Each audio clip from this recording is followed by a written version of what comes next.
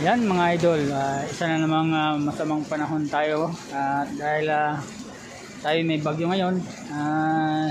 Paalala lang po sa mga yung madalas bayin sa kanilang mga lugar, ingat-ingat lang po tayo. Kung wala po kayong suporta sa inyong paa at katawan, huwag na po kayong lumabas para iwas disgrasya at iwas na rin po alipunga sa ating mga ka-idol dyan. Ingat-ingat lang po.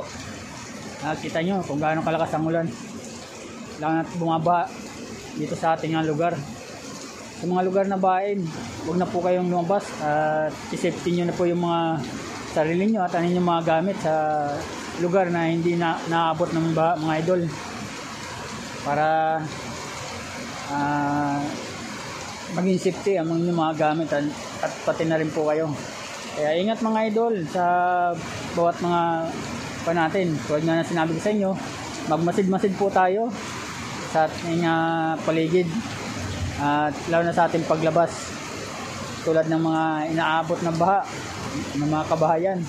Sana bago pa man kayo maabot ng baha makalikas na kayo, nang sa ganoon maging safety kayo at lagi kayong ligtas.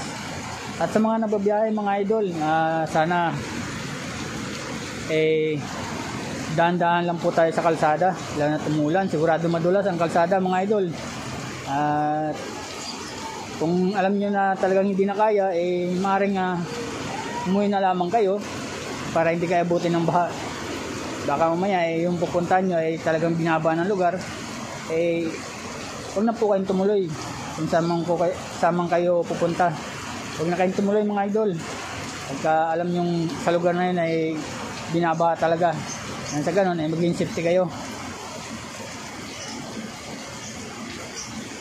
Tulad ng binabalita sa mga balita sa TV, talagang bumaba ang mga lugar ng ating pinaroroonan, lalo na dito sa Pasay mga idol. Talagang binaba sa Pasay, Malibay, lalo na papuntang Maricaban, Flores, Iscanio, at dito sa P. Santos at COC mga idol. Bago dumating ng simbahan talagang tumataas ang baha mga idol. Kaya sana mga idol dito sa mga taga Pasay at taga Malibay at taga Maricaban, ingat-ingat lang po tayo at huwag po tayong magpabaya sa ating mga sarili. Isipin nyo na po yung inyong mga sarili at yung mga gamit, nang sa ganun